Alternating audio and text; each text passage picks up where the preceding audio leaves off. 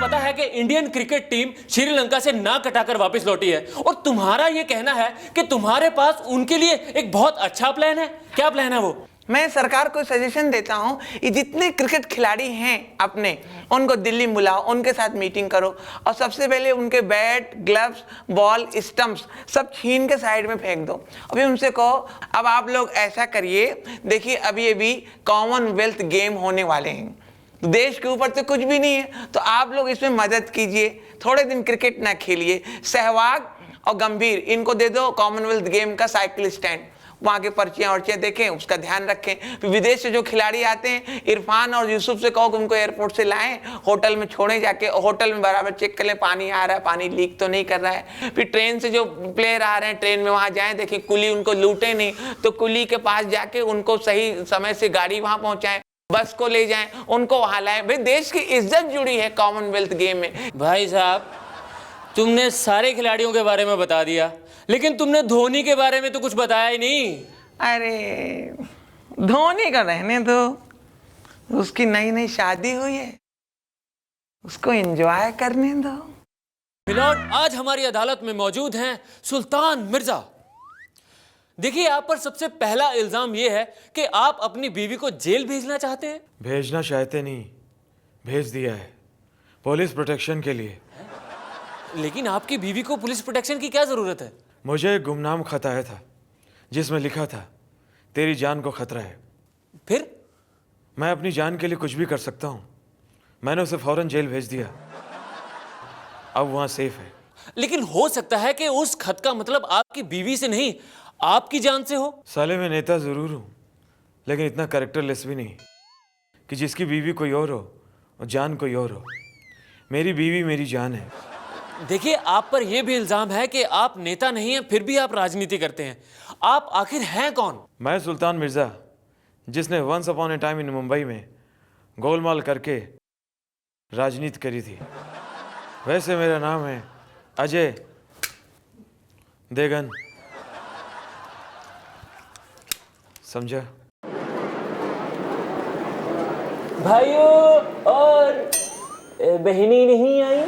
बहनों की चिंता है, ये रक्षाबंधन प्रेमी है। हाँ हाँ, कोई बात नहीं। सिर्फ भाइयों, मैं वादा करता हूँ कि इस बार अगर चुन लिया गया तो गरीबी हमेशा के लिए दूर हो जाएगी। इनके परिवार की। बस्ती के एक एक घर में रोशनी पहुंचा दूंगा। ये हम लोग मोमबत्ती पकड़ाएंगे बस। और इतना ही नहीं दोस्तों, एक एक घर में पानी की पाइपलाइन बिछा दूंगा, ये मेरी गारंटी है। हाँ, उन पाइपों में पानी नहीं होगा, ये मेरी गारंटी है। भाइयों, अगर मैं जीत गया तो इस एरिया के सड़कों के गड्ढे बारिश तक भर जाएंगे, बारिश के पानी से। बोलिए दोस्तों, मैं सिर्फ इतना ही कहना चाहूंगा कि अगर मैं जीत गया तो आपके घरों में पैसा ही पैसा होगा, क्योंकि रुपया तो यही लोग लूट ले जाएंगे।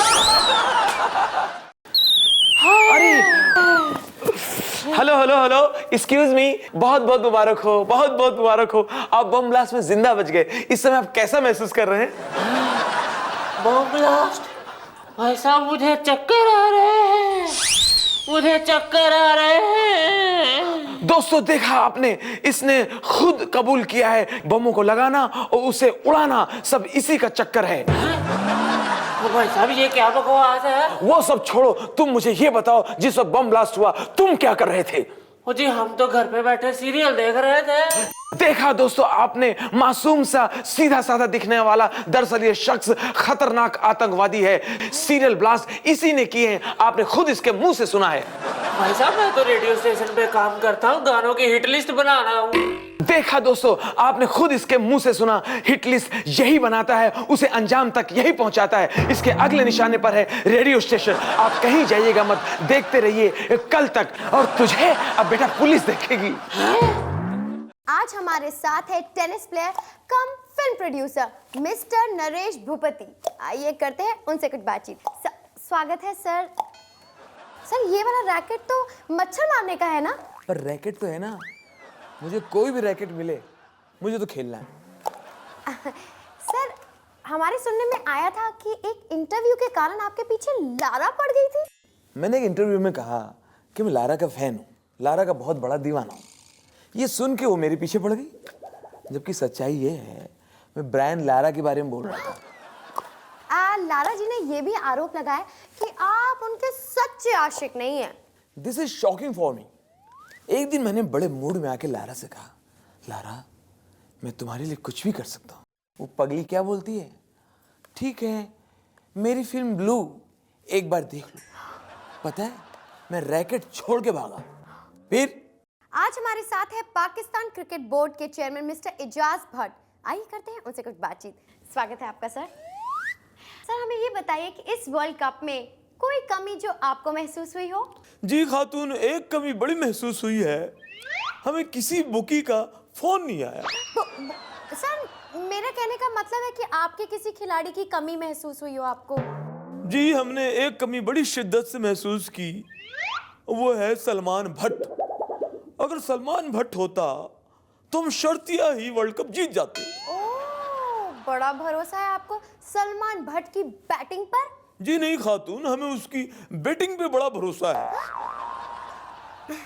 सर हमारे सुनने में आया कि आपने कहा है कि आपके खिलाड़ी वाईपीएल शुरू होने से पहले ही वाईपीएल की तैयारियों में लग गए हैं। अब देखिए खातून, वाईपीएल तो अभी शुरू हुआ है, हमारे खिलाड़ी तो बरसों से बिकते हुए आ रहे हैं और इंशाल्लाह आगे भी बिकते रहेंगे। ये लोग कभी नहीं सुधरेंगे। जी कुछ नहीं सर। हाँ जी। सर हमारे सुनने में ये भी आया है कि आपने कहा है कि दोनों देशों के खिलाड़ियों को अपने टैलेंट का आदान प्रदान करना चाहिए। जरूर जरूर, आप हमें बैटिंग सिखा दें, हम आपको बैटिंग सिखा देंगे। सर इस वर्ल्ड कप में पाकिस्तानी बैट्समैन की कोई ब्लास्टिंग परफॉर्मेंस क्यों नहीं हुई? खातून पूरी दुनिया जानती है कि हमारे यहाँ ब्लास्टिंग परफॉर्मेंस सिर्फ आईएसआई ही देती है। हाँ जी।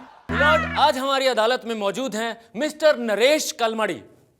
सर इधर। ओह नमस्कार। देखिए आप पर सबसे पहला इल्जाम यह है कि आप खुद तो कोई गेम खेल नहीं पाते हैं, लेकिन फिर भी आप इंडियन ओलंपिक के चेयरपर्सन हैं। कोणी सांगितलं तुला? है जी। कौन बोला तुमको? माझा फेवरेट गेम आहे कॉमनवेल्थ गेम फक्त। दरअसल सच्चाई ये है कि आप कोई गेम खेल ही नहीं पाते हैं। है कोई ऐसा गेम जो आपको खेलना आता हो? ऑफ कोर्स है, ब्लेम गेम। हाँ, जब भी कुछ बुरा होता है लोग मेरे पे ब्लेम कर देते हैं, मैं कुछ नेताओं पे ब्लेम कर देता हूँ, वो नेता दूसरे पे ब्लेम कर देते हैं और वो ब्लेम फिर मेरे पास लौट आता है। I am enjoying this blame game. लक्षात ठेवा, खेल भावना ठेवली पाहिजे। देखिए हमने सुना है कि आजकल सारे नेता इस कॉमनवेल्थ गेम से तौबा कर रहे हैं। गेम कोई भी गलत नहीं होता, गलत होता है गेम खेलते वक्त पकड़े जाना। एंड लक्षात ठेवा, खेल भावना ठेवली पाहिजे। देखिए आप हमें ये बताइए कि आप कोई गेम खेलते हैं, जैसे क्रिकेट हो या चेस हो, ऐसा कोई game? Why not, musical chairs. मैं वो हर गेम खेलना पसंद करता हूं जिसमें कुर्सी हो, पावर हो। एंड लक्षात ठेवा, खेल भावना ठेवली पाहिजे। मिलॉर्ड आज हमारी अदालत में पता नहीं आए हैं कि आई हैं। ए राजू, आप पर सबसे पहला आरोप यह है कि आप अपनी बढ़ती हुई जनसंख्या का कारण बीएमसी को मानती हैं। ऐसा क्यों? अरे राजू, ये बीएमसी वाले जो है ना, ये समय पे दवाई छिड़काव नहीं करते रे, इसके लिए पूरे शहर में मच्छर पैदा हो रहे भाई। तो क्या तूने इतना सुना नहीं? एक मच्छर आदमी को सुना है। देखिए आप मुझे ये बताइए कि आपको सबसे अच्छा कौन लगता है? ए राजू, मेरे को सबसे अच्छा लगता युवराज और सहवाग। क्यों? क्योंकि दोनों के पास छक्के बहुत है रे। देखिए आप पर यह भी आरोप है कि आप ये कहते फिरते हैं कि सारा देश आपके जैसा होता जा रहा है। हाँ रे बाबू, मगर इसके अंदर ये नेता लोग ही जिम्मेदार है। बाहर देश से कोई भी आता हम लोग को मार के जाता और ये लोग खाली ताली बजाते रे। हाँ तो आप मुझे ये बताइए कि ऐसा कौन है जिससे आपको सबसे ज्यादा डर लगता है? सबसे ज्यादा मेरे को डर लगता रविंद्र जडेजा से। वो क्यों? और क्योंकि T20 हो या वर्ल्ड कप हो, ये जडेजा छक्के बहुत खाता।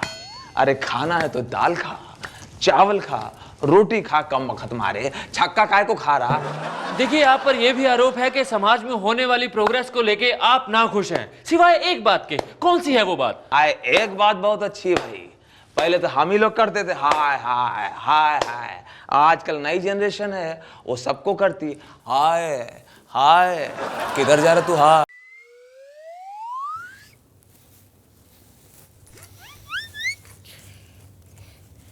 साहब, मैंने सुबह से कुछ नहीं खाया है।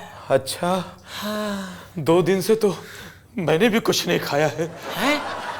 इसका मतलब आप मेरे से भी बड़े भिखारी हो। क्या मतलब है?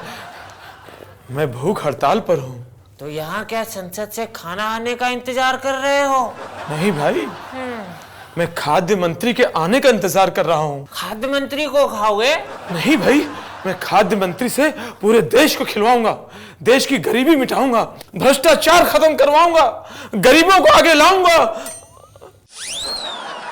ऐसे क्या देख रहे हो? साहेब, क्या हुआ? साहेब आप तो प्रधानमंत्री बन सकते हो। अच्छा, कैसे यार? क्योंकि आप बोल अच्छा सकते हो, कर कुछ नहीं सकते हो। ये लो बिस्किट खा लेना। गजोदर भैया, इस पे लिखा है कि अब ऑनलाइन टैक्स भरना इतना पॉपुलर हो गया है कि लाइनें अक्सर जाम रहती हैं। तो वो अखबार पढ़ रहा फालतू का। अरे अंडर द टेबल tax.com जाओ, 500 रुपया एक्स्ट्रा भरो, 5 सेकंड में टैक्स भर जाता है। ये देखो, ये अगली खबर लिखी है, आजकल हर इनकम टैक्स दफ्तर के बाहर एक स्लोगन लिखा रहता है। क्या लिखा रहता है? पे योर टैक्स विद स्माइल। पे स्माइल। हम कल गए हैं अपना टैक्स भरने, टैक्स के दफ्तर। हमारे साथ गए हैं इस्माइल भाई। इस्माइल को देख के टैक्स वाला अफसर बोला, खाली इस्माइल से काम नहीं चलेगा, रोकड़ा भी ढीला करना पड़ेगा। फालतू झूठ झूठ लिखता अखबार। क्या हुआ? इसमें लिखा है कि अब देश के काफी हिस्सों में इनकम टैक्स की रेड लेडीज अफसर मारेंगी। पहले घर की बीवियां जेब काटती थी, अब ये औरतें आके घर पे जेब काटेंगी। आज हमारे साथ है अफगानिस्तान की जेल से भागे हुए 480 कैदियों में से एक कैदी। आइए करते हैं उनसे कुछ बातचीत। स्वागत है आपका। अच्छा, हमें ये बताइए कि जेल से भागने का कोई रीजन? मेरे को मेरा डॉक्टर बोला था कि तुम भागेगी तो तुम्हारा हेल्थ एकदम दुरुस्त रहेगी, इसके लिए मैं भागी मेरा बुलबुल। और कोई रीजन? और दूसरा वजह तुम्हारा बॉलीवुड का सलमान खान है। मैं सलमान खान से बहुत मुतासिर है। मैं उसको देख के सोचती थी कि एक दिन मैं सलमान खान से भी बड़ा काम करेगी। मैं किया। कौन सा? वो वांटेड है, मैं भी मोस्ट वांटेड है। अच्छा, जेल से भागने के लिए आपने किस चीज की सबसे बड़ी कुर्बानी दी? नींद की। वल्लाह हम लोग रात में भागी थी। ओह, क्योंकि आपके यहाँ पे गार्ड सोते हैं रात को, इसलिए। तुम कैसा बात करती मेरा किशमिश? गार्ड लोग तो उधर दिन को भी सोते, रात को मैं इसलिए भागी कि रात को ठंडा रहता है, दिन में आजकल उधर बहुत गर्म गिरता है। हमारे सुनने में आया है कि आप लोग अफगानिस्तान से पाकिस्तान जा रहे थे, फिर ये अफगानिस्तान की जेल दोबारा क्यों जा रहे हैं? मैं क्या करेगी मेरा चिलगोजी? अभी पाकिस्तान हम कैसे जाएगी? पाकिस्तान में तो बिन लादेन भी महफूज नहीं है। आज हमारे साथ है एवरग्रीन एक्टर मिस्टर सेवानंद। आइए करते हैं उनसे कुछ बातचीत। Welcome to our show sir. क्या बात है, क्या बात है, क्या बात है स्वीटहार्ट। सर, आज भी आप इतने फिट और इतने हसीन और इतने खुश रहते हैं, इसका राज क्या है? स्वीटहार्ट, इसका बहुत बड़ा राज है, लेकिन वो राज मैं तुम्हारे लिए खोल रहा हूँ। मैंने आज तक अपनी बनाई हुई फिल्में कभी नहीं देखी। सर, एक टाइम था जब आपको देखते ही लड़कियां अपनी छत से कूद जाती थी।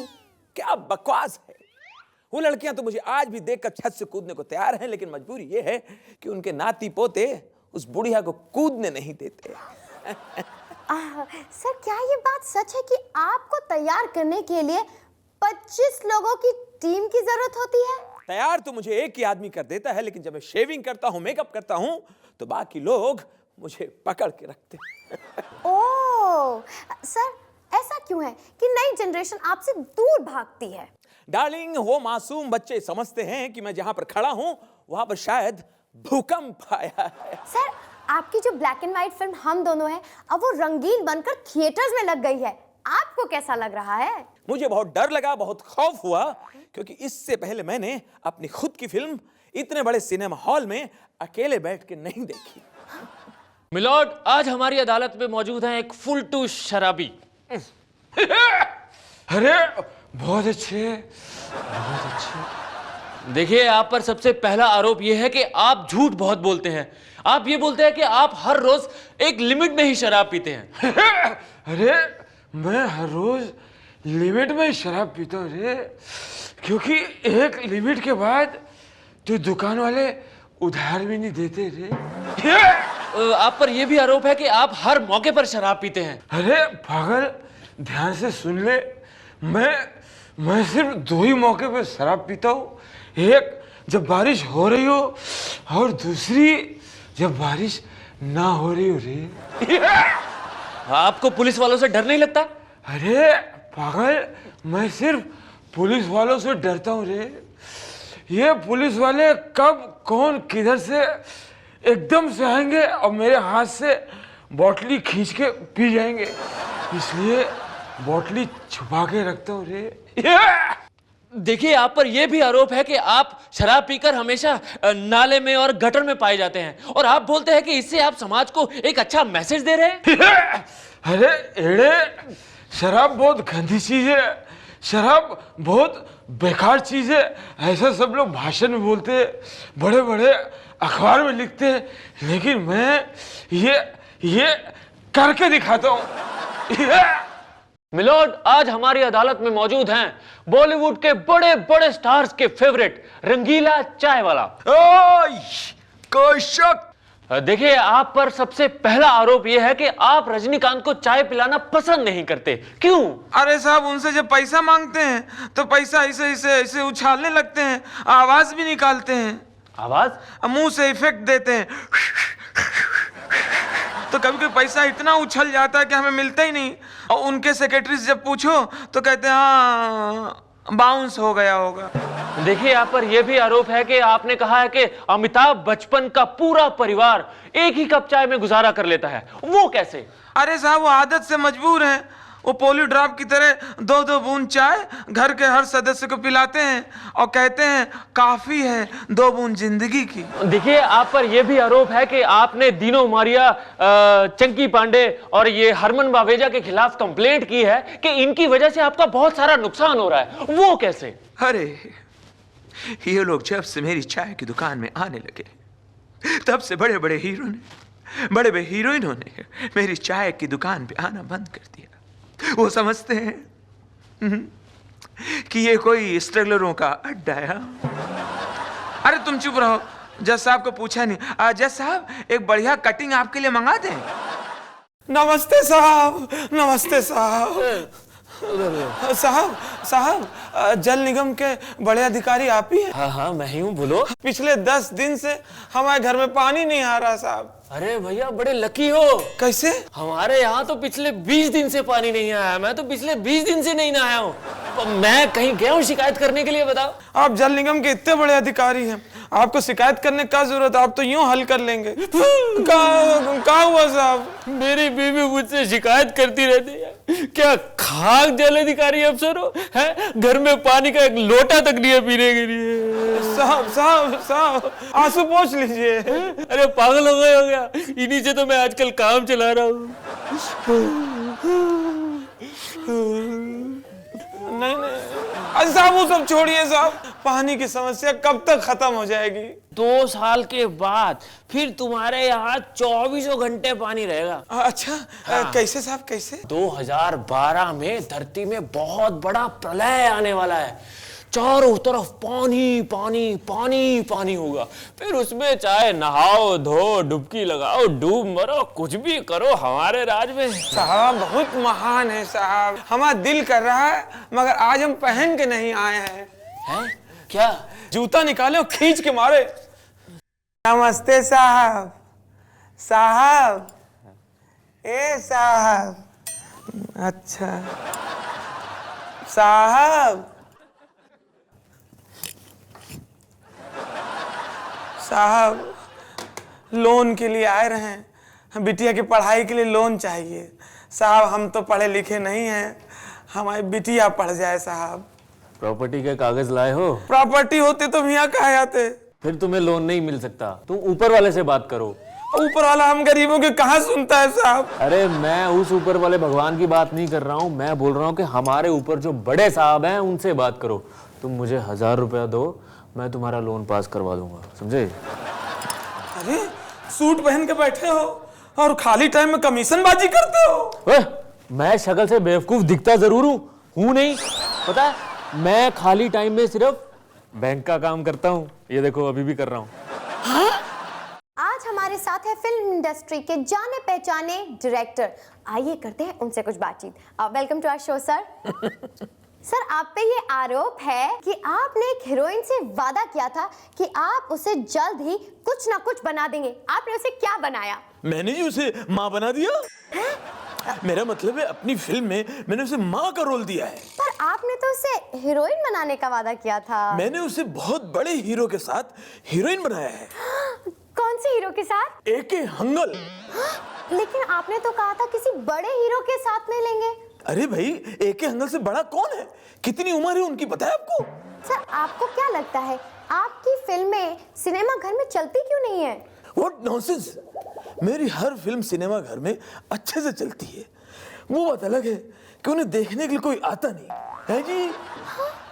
आपकी अभी अभी शादी हुई है, प्रेम विवाह। हम जानना चाहते हैं कि प्रेम में निराशा कब होती है? जब लड़की शादी के लिए हाँ बोल दे। शादी के वक्त पंडित जी दूल्हा और दुल्हन के हाथ क्यों मिलवाते हैं? अरे तो तुमने क्या कुश्ती नहीं देखी? कुश्ती तो उनके जो गुरुजी होते हैं वो पहले लड़ने से पहले दोनों को ऐसा हाथ मिलवाते हैं। तो इसी तरह से शादी में पंडित जी दूल्हा दुल्हन के दोनों के हाथ मिलवा देते हैं। उसके बाद कुश्ती शुरू जिंदगी भर के लिए। ये परंपरा चली आ रही है। पति में और अच्छे पति में क्या फर्क है? पति वो होता है जो गलती करे और फौरन जो है अपनी पत्नी से माफी मांग ले, और अच्छा पति वो होता है जो गलती ना करे और माफी मांग ले। आपकी नजर में बीवी से बढ़ के किस चीज की इंपॉर्टेंस है? पजामा। बीवी के बगैर तो आदमी कहीं भी जा सकता है, लेकिन पजामे के बगैर कहीं नहीं जा सकता।